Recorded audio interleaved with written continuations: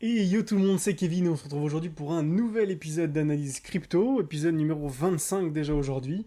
Et comme vous pouvez le voir, on est déjà 190 personnes, bientôt 200, les 200 premières personnes de la communauté. J'ai hâte qu'on soit à 200, donc n'hésite pas à t'abonner si tu veux faire partie de la communauté. Et ça tombe bien parce que je pense que dans la semaine, j'aurai terminé la première partie de l'espace membre de formation que je vais complètement vous offrir. Donc le lien sera en description, il ne sera pas dans cette vidéo, mais dans les prochaines vidéos, c'est possible qu'il y ait un petit lien qui apparaisse pour que vous puissiez avoir accès à la vidéo spécialement conçue pour les abonnés de cette chaîne. En attendant, si tu veux faire le point avec moi sur tes investissements actuels, eh ben, n'hésite pas à cliquer sur le lien dans la description et tu pourras directement prendre rendez-vous dans mon agenda et on fera le point en direct, en convo, tous les deux, pour voir justement où est-ce que tu as investi, où est-ce que tu en es aujourd'hui, quelles sont les problématiques que tu peux rencontrer et comment je peux faire pour t'aider au mieux. Donc n'hésite pas à mettre stop dans cette vidéo, tu t'abonnes, tu likes et tu prends rendez-vous avec moi dans ton agenda en fonction de tes dispos et des miennes. Voilà, maintenant que c'est dit, on démarre pour l'analyse crypto.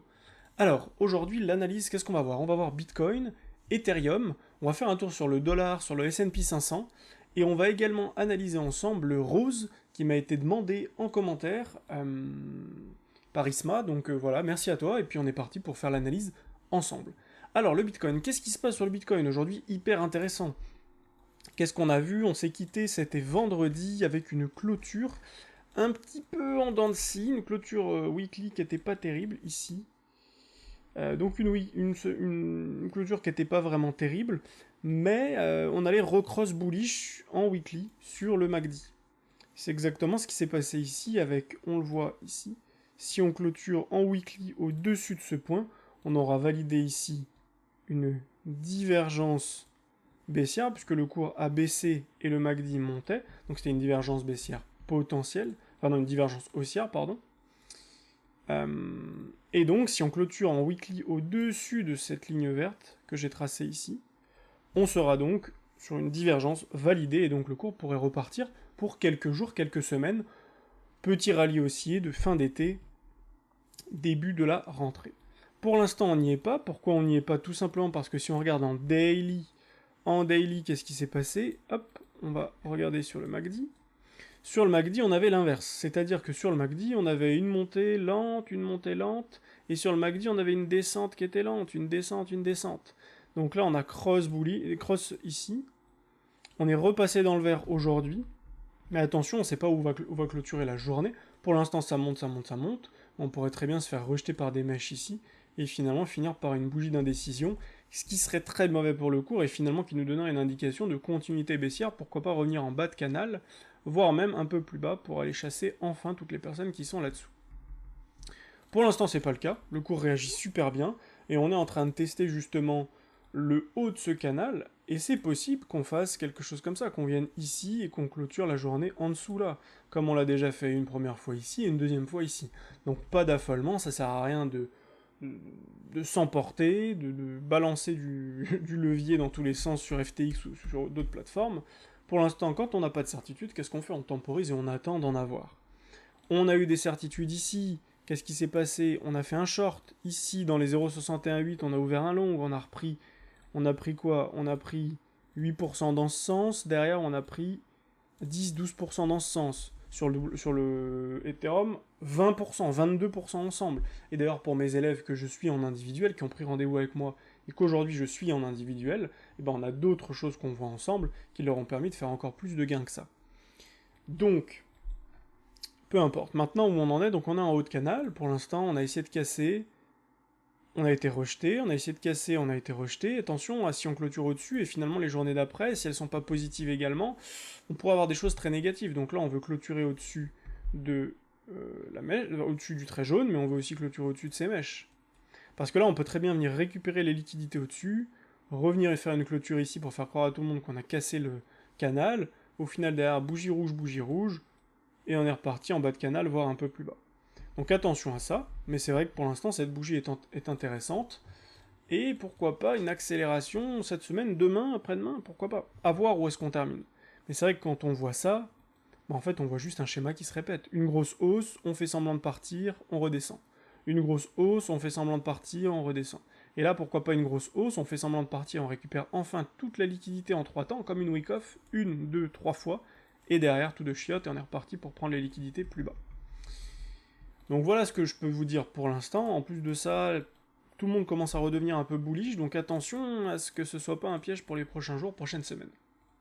Sur Ethereum, on est un peu plus avancé. Pourquoi? Parce que si on regarde en weekly, on avait ceci. Sur le MACD, qu'est-ce qu'on avait? On avait le cours qui baissait, le MACD lui qui remontait, donc on a une divergence potentielle qu'on devait valider à partir du moment où en weekly, on clôturait la semaine sur le MACD au-dessus de ce trait.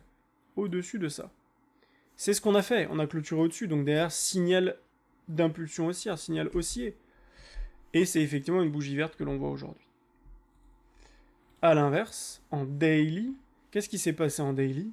En daily, on avait une divergence potentielle bear, on l'a clôturée dans le rouge, il n'y avait rien ici.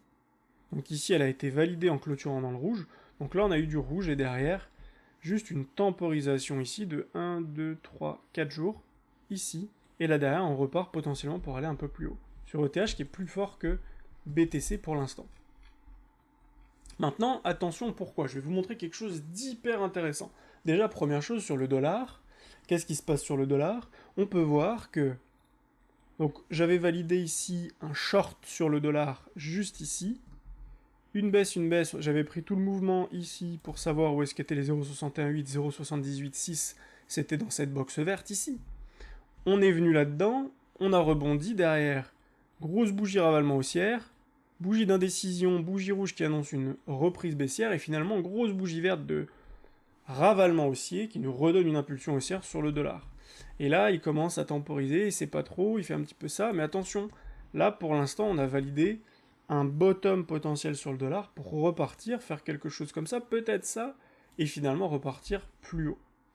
La conjoncture est pas terrible, pas grand chose à dire, la Chine qui commence à repartir en vrille avec Taïwan, on avait la Russie, maintenant on a la Chine.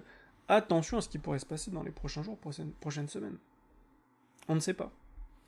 Donc voilà ce que je voulais présenter sur le dollar, et sur le S&P 500, hyper intéressant. Je vais vous enlever ça, je vais pas vous spoil, même si c'est un petit peu fait. Regardez ce que l'on voit là. Est-ce que ça, première baisse, on remonte, M, deuxième baisse, finalement on crée un W ici, on repart plus haut, on crée un gros W là, puisqu'on casse au-dessus de ça. On vient ici, donc là c'était un beau signal, finalement on est rejeté, et on retourne plus bas.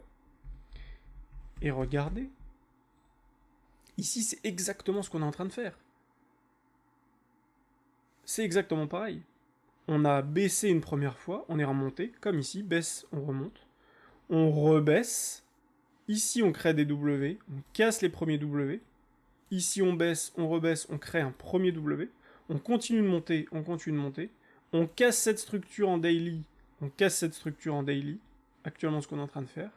Finalement on clôture peut-être un peu au-dessus. Et derrière, on se retourne et on redescend. C'est exactement la même chose qu'on est en train de créer. Et quand vous voyez ce pattern, et je vais vous le montrer comme ceci, on prend le haut et on prend jusqu'ici globalement. Voilà. Je vais vous le positionner au même endroit, c'est-à-dire juste, c'est où? Là, voilà, ici. Je vais vous le mettre à la bonne taille. Et voilà ce que l'on peut voir pour l'instant. Tac, tac, voilà. On va se mettre... Oh non, là il n'en verra rien, on va rester comme ça du coup. Mais regardez comme c'est précis. Je veux dire, à un moment donné, on est sur un pattern concret. On descend, on remonte, on fait un M, on redescend ici, on fait un plus bas. Derrière, on remonte.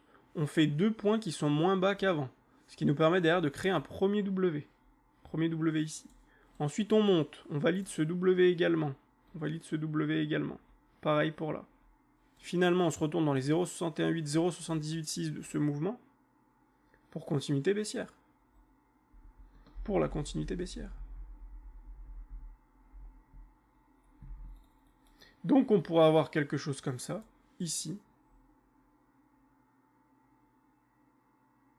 Voilà ce que l'on pourrait imaginer.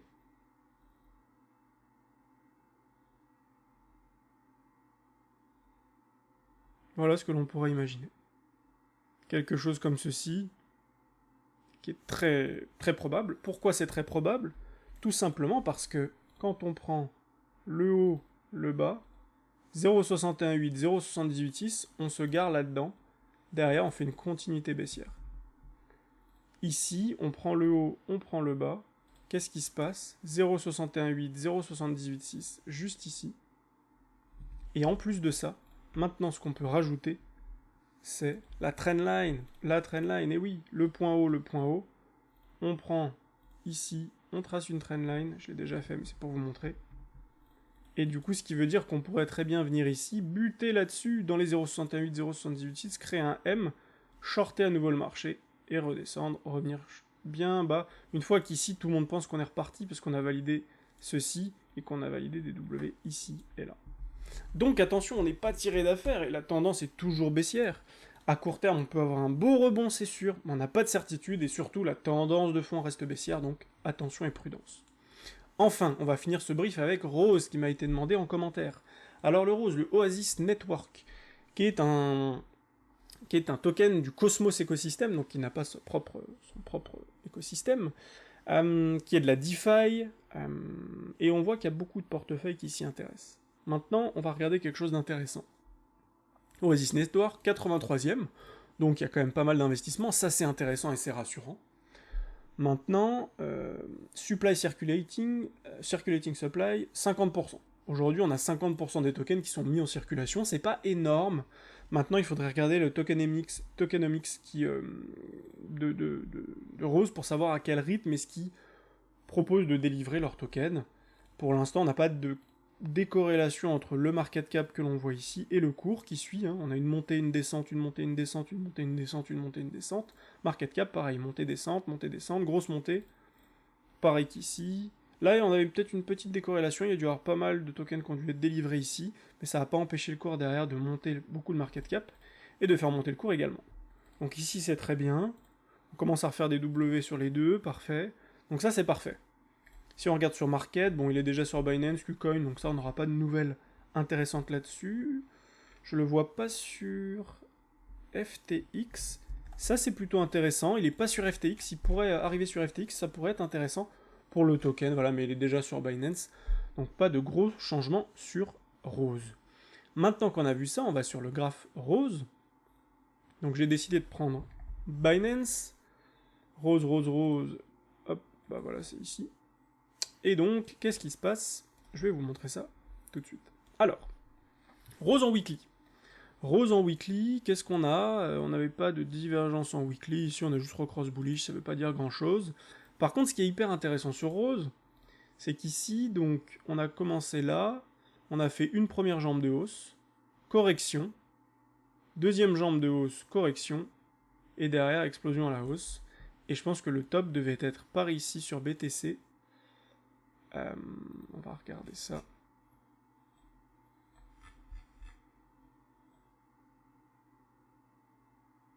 C'est ça, 11 novembre 2021. Tac, Rose, novembre 2021, donc on voit que le BTC a corrigé, le Rose a corrigé, d'ailleurs il est allé chercher un nouvel ATH, sûrement parce qu'il y avait trop de personnes qui ont dû shorter le marché ou qui n'étaient pas dedans, donc ils sont allés faire une dernière jambe haussière pour que tout le monde se réfugie dans Rose, et derrière qu'ils fassent un sorte d'exit pump, c'est-à-dire ils font pump le prix, ils sortent, tous les gros sortent ici, les petits en rachètent plein parce qu'ils voient que le marché monte alors que le Bitcoin se fait défoncer, et derrière on baisse et on retourne bien bas. Maintenant ce qui est intéressant sur Rose c'est quoi? C'est que par rapport au plus bas qu'on a fait le 21 juin 2021, à 0,045 centimes globalement, ici, qu'est-ce qui s'est passé? On est venu faire une mèche en daily, on est venu faire une mèche en dessous, et en weekly, on a clôturé au-dessus de ce point, et ça, c'est hyper intéressant. Hyper intéressant qu'on ait clôturé au-dessus. On a clôturé au-dessus tout le long, donc là, c'était vraiment intéressant de venir choper des achats dans ces mèches ici, pourquoi pas. Là, on rebondit. Maintenant, attention, attention parce qu'on n'est pas non plus tiré d'affaire.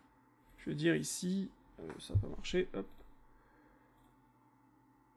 On n'est pas tiré d'affaire. Là, on pourrait aller plus bas. On pourrait du coup tirer ça jusqu'à l'infini pour aller beaucoup plus bas. Mais c'est quand même intéressant. Alors là, qu'est-ce qu'on peut voir? Attention, en weekly, on a quand même cross bearish sur la MMA20, MMA50. En daily, qu'est-ce que l'on voit? En daily, on a une bonne indication. On a eu un cross ici bullish, un cross ici bearish. Donc là déjà on avait un achat facile, le cours est monté, et quand il est revenu là, il fallait vendre, puisque vous êtes déjà un petit delta, même si vous n'y connaissez rien, vous pouviez déjà faire 130% juste avec notre cheated MMA. MMA plutôt cheaté, on va pas se mentir. Ok, donc ça maintenant c'est quand même intéressant, on voit qu'en daily, on est venu faire vraiment des mèches, on a clôturé une fois en dessous, mais derrière on s'est repris instantanément, puis là bon on a construit quelque chose d'intéressant, on est remonté, c'est très bien. Donc Rose qui est très intéressant, maintenant attention, on n'est pas encore tiré d'affaire, on est loin du prochain cycle haussier fort, ou en tout cas on ne sait pas forcément, peut-être que ça va repartir vite, peut-être qu'on va très bien dans quelques mois être ici, quelques semaines, et puis derrière faire ça, on ne peut pas vraiment savoir. Mais en tout cas, on est loin du prochain halving, et attention, les cycles se répètent, on est potentiellement ici, pas encore dans quelque chose de terminé, avec simplement ici capitulation, ici un petit believe où on espère on fait croire à tout le monde que c'est bon, finalement on vient sortir les derniers acheteurs en refaisant descendre le marché, pour derrière faire quelque chose comme ça et repartir pour 2024. Donc voilà ce que je voulais vous montrer sur Rose, intéressant. Maintenant, est-ce que c'est peut-être pas un peu trop tôt pour investir? Je me pose des questions. Moi aujourd'hui je préfère faire augmenter mon bag, mon capital total, et quand on se rapprochera de quelque chose de beaucoup plus sûr et certain, sur le S&P c'est pas du tout le cas, on est encore en dessous de la 0,618, 0,786, donc rien de hyper intéressant sur le S&P 500. Sur le dollar, on est en train de se reprendre, attention, si le dollar se reprend, le S&P, le Bitcoin, Ethereum vont se casser la gueule. Mais c'est sûr qu'on commence à avoir quelques signes intéressants, maintenant ça reste minime, et il vaut mieux prendre tout ça avec des pincettes et temporiser un petit peu.